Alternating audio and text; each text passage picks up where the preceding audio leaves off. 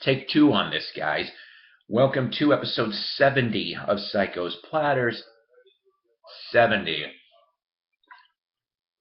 I hate this goddamn computer. Or it's YouTube. I ain't sure who the hell it is, but I'm getting pissed.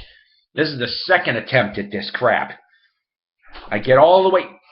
Yes, I'm on. See, even interruptions I get. I can't win. Point of the matter is this is the second attempt. I get to all the way 9 minutes on the first one and it cuts off. Bastard. All right. Late night edition here on episode 70 of Psycho's Platters. Does Paul swear a lot? Yes, I do. It may not be real good to my health or this Pennsylvania beer. All right, let's get this started. First of all, thank you. I'm a couple views shy of 10,000. Will you help me out this week? Please, please, pretty please. Also, I'm at 94 subscribers. 94. We've inched up a little bit.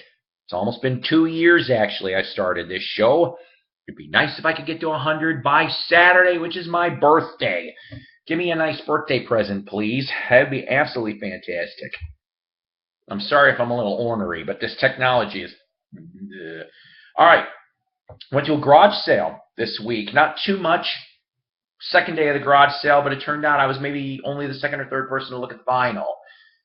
She didn't have much to begin with, but I did find OLEO from Electric Light Orchestra from '76. I actually never had a copy of this. There's the front, there's the back, and it is in near mint shape on United Artists / Jet Records. A couple episodes ago, I showed you the first album I ever owned from this particular gentleman, but guess what?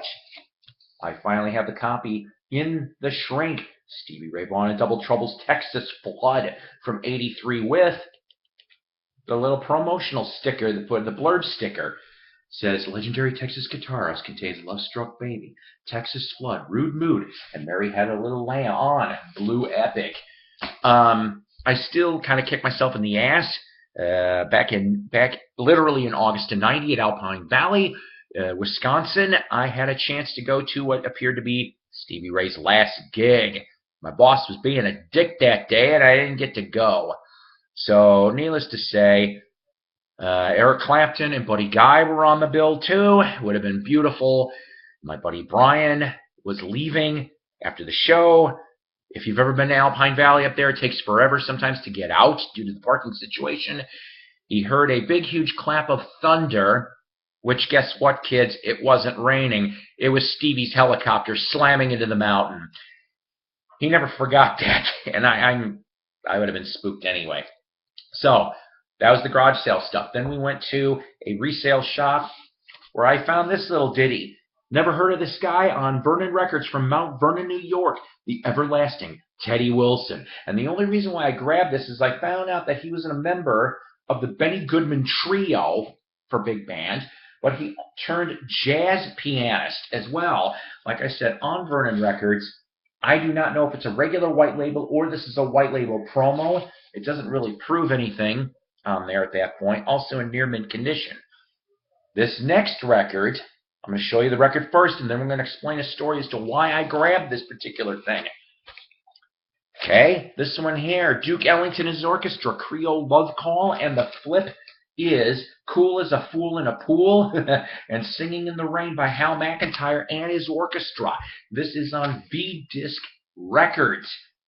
And for you guys out of there wondering, it is number 415. Now, V-Disc, if you know what V-Disc is, good for you. If you don't know what V-Disc is, let me give you a Cliff Note version of this story. Doug would have a better version to tell you about this. V-Disc, actually, I apologize, we touched briefly on this in the now lost episode 3 of Knights of the Round Turntable, which probably will never ever be released due to we think it was wiped. I tried getting a hold of the cameraman. That didn't work real well. So, V-Disc. V-Disc, there was a musician's strike during World War II, and V-Disc pretty much, they encompassed all artists, okay? We're talking about, they didn't care if you were on Columbia, RCA, Capitol, MGM, whatever. V-Disc was basically a label that was created for music to be released stateside and overseas for armed forces radio. This was a government thing, okay? So I think it was kind of cool. I want to say it was done from early 42 to about late 45. I tried doing better research on this, but I can't find very much at the moment. Needless to say, at the end of the war, there was a directive. I don't know if it was from government, armed forces, radio, whoever. These discs were either supposed to be returned to the government or destroyed.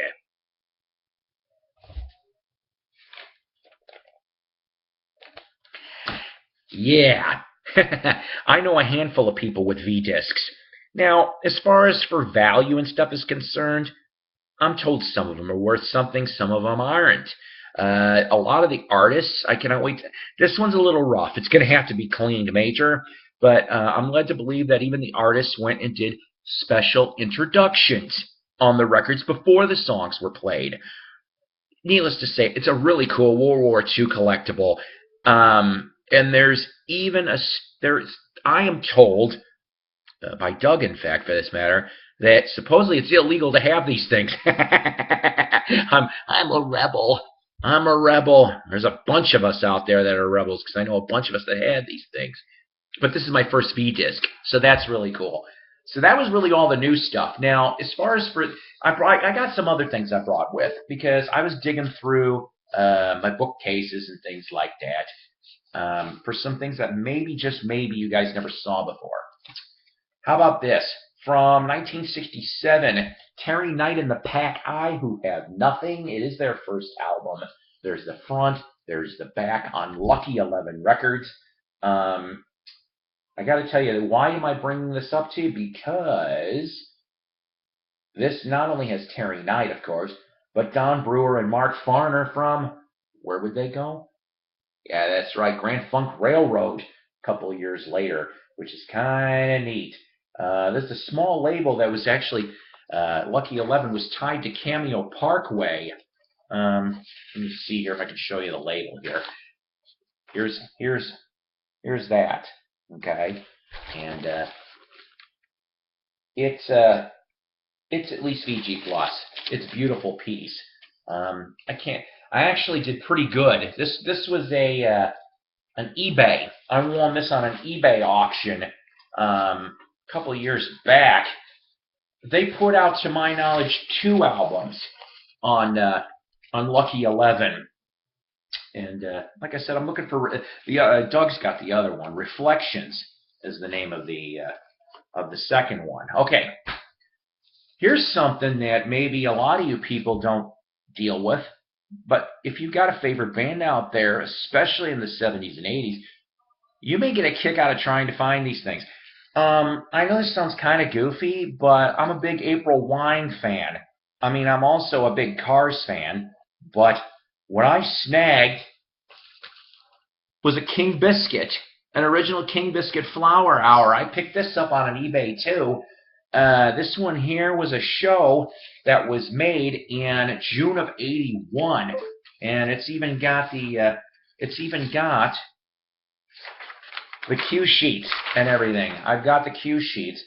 It says here from DIR, ABC Radio Network, and I love it here. But it says here, let me try to read this really quick. These sheets, the labels here are pretty basic. I can't really see really well with the plastic, but they're blue colored. But it gives you a hint here. You know, it's basically 3-sided record. The 4th side has nothing. But it shows you on the cue sheet, you got fill in the blanks, and it says on blank day, date, time, and station presents the best of the Biscuit featuring the Cars and April Wine. Tonight, the Biscuit repeats great performances by the Cars recorded live on their most recent U.S. tour, and April Wine recording live in concert from London. Don't miss this exciting show starring both bands on this week's Best of the Biscuit, and then on You Mentioned What. Now, for example, it mentions here for the Cars, you've got Misfit Kid, Best Friends Girl, Just What I Needed, Give Me Some Slack, Candy-O, Let the Good Times Roll, You're All I Got Tonight. For April Wine, it's Future Tense, Sign of the Gypsy Queen, Just Between You and Me, Roller, and I Like to Rock. So, a lot of these, I mean, King Biscuit, I don't know if King Biscuit's still going as far as for a radio show, but I know in the 70s and 80s, they were huge.